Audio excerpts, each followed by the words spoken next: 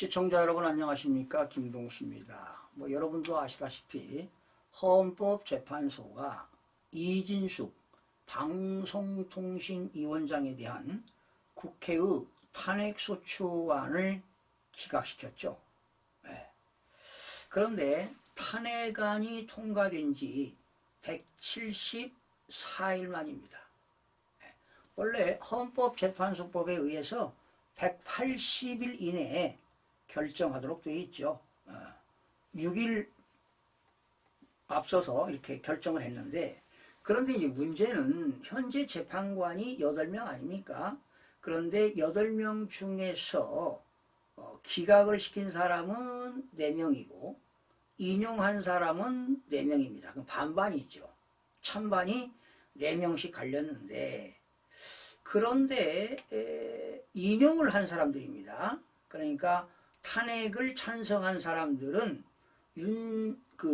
문재인 정부 때나 야권에서 추천한 진보 성향의 재판관이 4명이 탄핵에 찬성했다는 겁니다.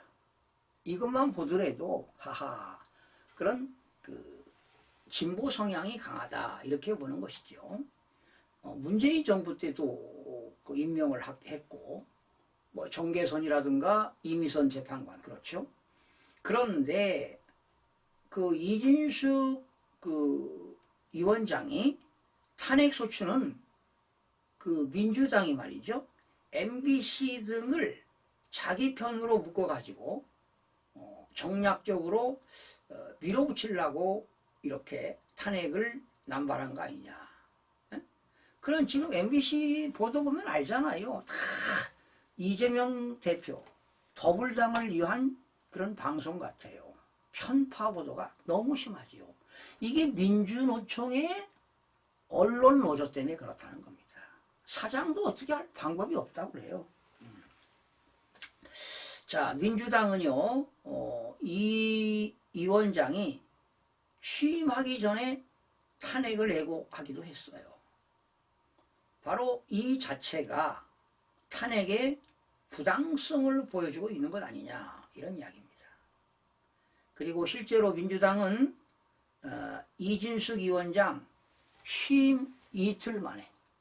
취임하자마자 이틀 만에 탄핵을 한 것이지요. 자, 그래서 오늘 제가 17개 일간지를 조사해 봤어요. 그런데 10개 신문사에서 오피니언, 사설에 실린 건데, 여러분 한번 그 사설 제목만 제가 설명을 드리겠습니다. 조선일보입니다. 어떻게 지금 흘러가고 있는가? 이진숙 탄핵은 명백한 정략인데도 탄핵 찬성 재판관이 4명이었다. 그러니까 원래는 이거는 8명이 다 기각시켜야 되는 거지요. 그런데 진보 성향이 있는 재판관은 4명이 인용했다는 거 아닙니까? 지금 그런 조선일보고요. 중앙일보는 이렇게 했어요. 제목이 이진숙 탄핵 기각, 정략적 탄핵 남발의 당연한 결과다. 그러니까 민주당이 탄핵을 남발했기 때문에 당연히 기각되어야 된다. 이렇게 중앙일보 기사입니다. 동아일보는 안 실었네요. 한국일보입니다. 이준숙 탄핵 기각, 민주당은 반성하고 방송통신위원회를 정상적으로 바람직하지요. 국민일보 안 실었습니다. 세계일보, 방송통신위원장 탄핵 기각, 정략적 탄핵 남발은 더 이상 안 된다. 네. 지금 모든 신문들이 기각했다는 거 하고 사설에서 정략적인 민주당이 탄핵 남발은 해서는 안 된다, 이런 얘기 아니에요. 문화일보입니다. 이진숙 탄핵 기각, 헌재 다른 정략 탄핵도 신속하게 결정해라. 지금 감사원장, 서울중앙지검장 많죠 지금. 장관들. 자, 서울신문 이진숙 탄핵 기각, 무차별 탄핵안도 지금 무차별하게 탄핵을 당했잖아요. 그러니까 빠른 시간 내에 그 결론을 저라 하는 겁니다. 자, 경향신문 아시죠 여러분들?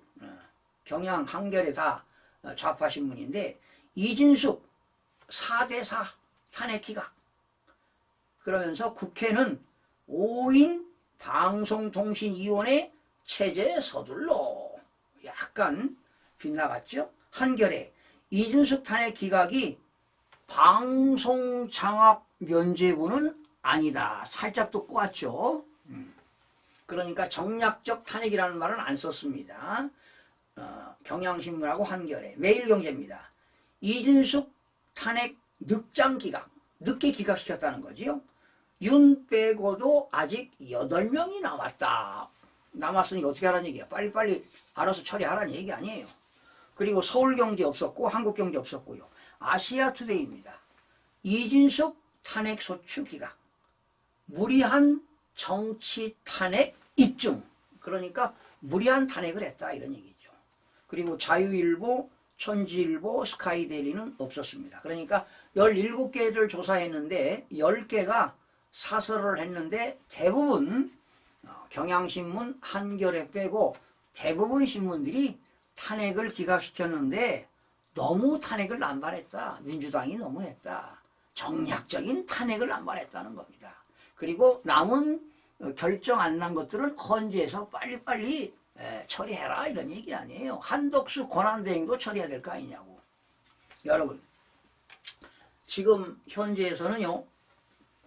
대통령, 총리, 장관, 검사, 감사원장 이렇게 탄핵안과 정치권 권한쟁의 심판 사건이 쌓여 있다 이런 얘기입니다.